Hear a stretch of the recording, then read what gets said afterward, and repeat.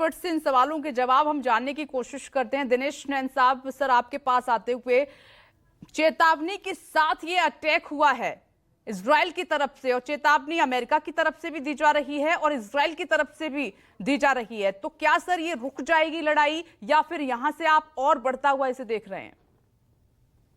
देखिए, दो तीन पहलू जैसे संजीव जी ने भी बताया, उनके ऊपर ध्यान देने की बहुत आवश्यकता है। सबसे पहला कि जो अभी अटैक किया गया इजराइल द्वारा, उसमें कहा कि हमने ये डिफेंस अपने डिफेंस में अटैक किया है, क्योंकि हमें इजराइल को लगता है कि जिस प्रकार से ईरान ने 1 अक्टूबर को 181 बैलिस्टिक मिसाइल से इनके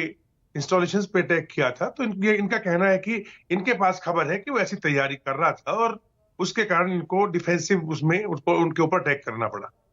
अब अमेरिका के ऊपर जैसे दूसरा पॉइंट बताया गया संजीव जी द्वारा, वो ये है कि इनके इलेक्शन 5 या 6 तारीख को नवंबर को होने वाले हैं और ये नहीं चाहता अमेरिका किसी भी हालत में कि इस टाइम पे ये युद्ध और ज्यादा आगे बढ़े। तो मेरा मानना ये है कि ये एक सिंबॉलिक मैसेजिंग हो रही है एक दूसरे के साथ।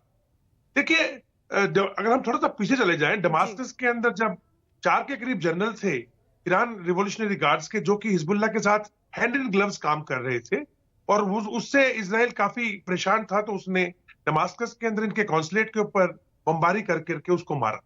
उसके एवज में अप्रैल के महीने में जब अटैक करने लगा ईरान, तो ये भी कहा जा रहा है कि ये वो सिंबॉलिक अटैक था, एक मैसेजिंग अटैक था। उसमें इजराइल को कोई नुकसान करने की कोई कोशिश ईरान ने देखा जाए तो सही मायने में नहीं की, और शायद इसके बारे में इनकी बैकडोर मीटिंग इजिप्ट और कतर के द्वारा अमेरिका कर चुका था कि आप ठीक है, आप अपना फेस सेविंग कीजिए, अपनी पब्लिक के बीच में फेस सेविंग कीजिए और हम आपके साथ हैं, बट इसे ऐसा कुछ मत कीजिए जो ये लड़ाई बहुत ज्यादा बढ़ जाए।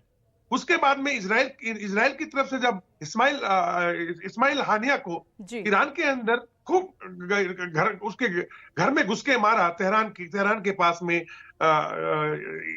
ईरान के, और उसके साथ साथ में बैरूत के अंदर जो हिजबुल्लाह का जो लीडर था हसन नसरुल्लाह, एक तरीके से कह लीजिए कि ईरानी आदमी था, वो अयतुल्लाह खुमैनी के बिल्कुल क्लोज बंदा था, क्लोज एड था। आप एक तरीके से उसको ये मानिए कि वो ईरान का ही बंदा था। उसका जब मर्डर किया गया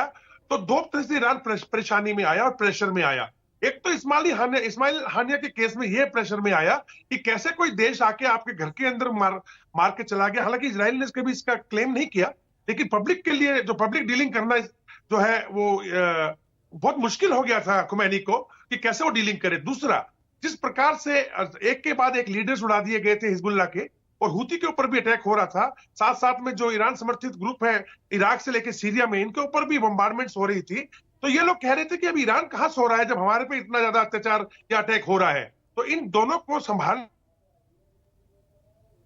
जी